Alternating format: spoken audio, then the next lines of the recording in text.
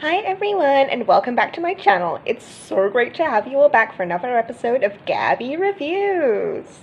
Okay, the other day I was watching Kirsten Dunst movies. Aside from, the obvious Spider-Man, I watched her in Marie Antoinette and The Virgin Suicides.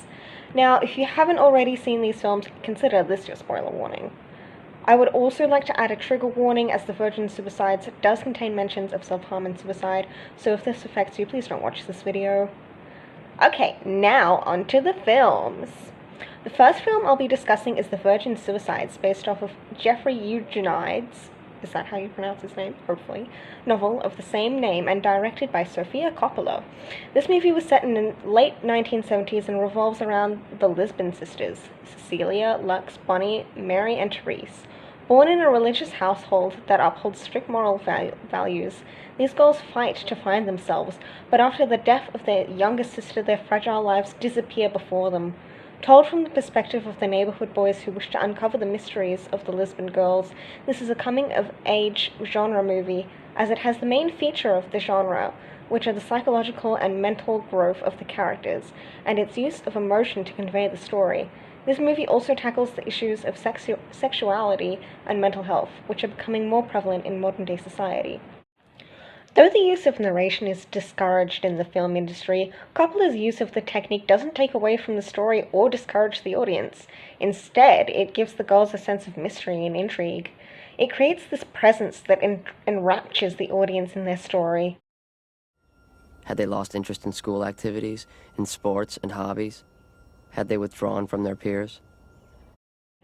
This movie follows the general movie structure of having a conflict which leads to the climax, comes to a resolution. With this movie, we already know the resolution of the movie within the first minute. This is due to the narration given, and the notion that one of the boys are recalling the memory of the girls. The initial conflict is the youngest girl, Cecilia, attempting an eventual suicide. The next conflict is the prom, where Lux, the second youngest girl, loses her virginity. This leads to all the girls getting locked in the house with no access to the outside world, aside from travel magazines. This isolation leads to the girls' depression and suicides. Now, what I'm most excited to be discussing is the use of film language in this movie. As most of you know, if you've been watching me for a while, you'll all know that I love looking and understanding why a scene was shot in a particular way. This film's use of color theory was truly exceptional. I found that it used a dreamy color palette, which is considered a staple amongst Coppola's work. This use of color supported the idea that this was someone else recalling the memory of the girls. Best said by A.O. Scott is the movie is missing a sense of reality. It has an arty detachment from its mortal subject and finally trails off into weightlessness. The scene that uses the coloring the best, in my opinion, is when the girls collect the magazines from the mailbox, and the boys are reading those same magazines, imagining going on those journeys with the girls. As you can see, the girls' lighting is very cool and bland. This could represent that the girls are trapped and wishing for an escape, while the boys' lighting is warm and bright. This use of lighting and color represents how the intentions for the magazines are different. The girls wish to use them as an escape from the house that they are trapped in, while the boys are using them to be close to the girls, which they consider to be a fantasy. Another scene that uses color theory exceptionally to convey emotions is the final scene. This is where, after the girls have died and the town has moved on, there is a party, and everything has a tint of green. After Cecilia's death, there is a light tint of green added to the screen, while after the remaining girls' deaths, the tint of green overwhelmed the other colors. This resembles that as more deaths occur, the more toxic the neighborhood becomes. Green is often associated with death and sickness. The boys reminisce about the girls and mention the mental state of the girls as poison being spread through the air. Sound is also a key part of the film. After being cut off from the town, the boys and the girls begin communicating through music on the telephone. Shit, it's them.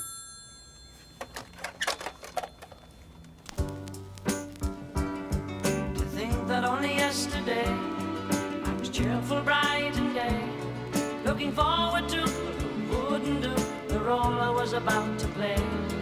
But in my hour of need, I truly am indeed alone again, naturally. These songs convey emotions of both the girls and the audience in a clear way. The girls' music choice, Alone Again by Gilbert O'Sullivan, is showing the girls loneliness and isolation they are feeling.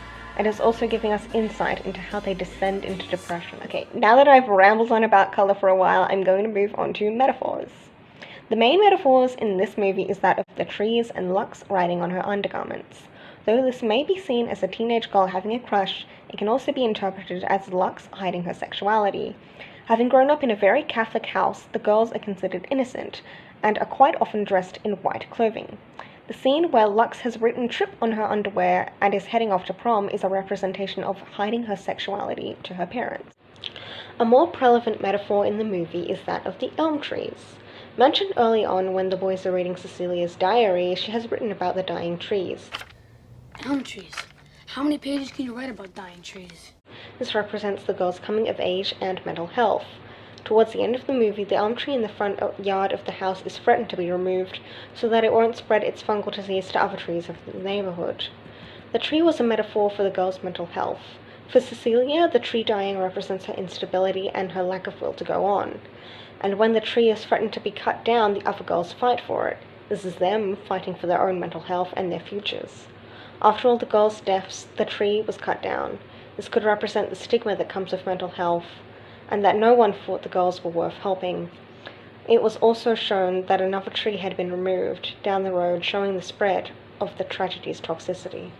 I want to now move on to the director herself and understand how her art style impacts her cinematic storytelling.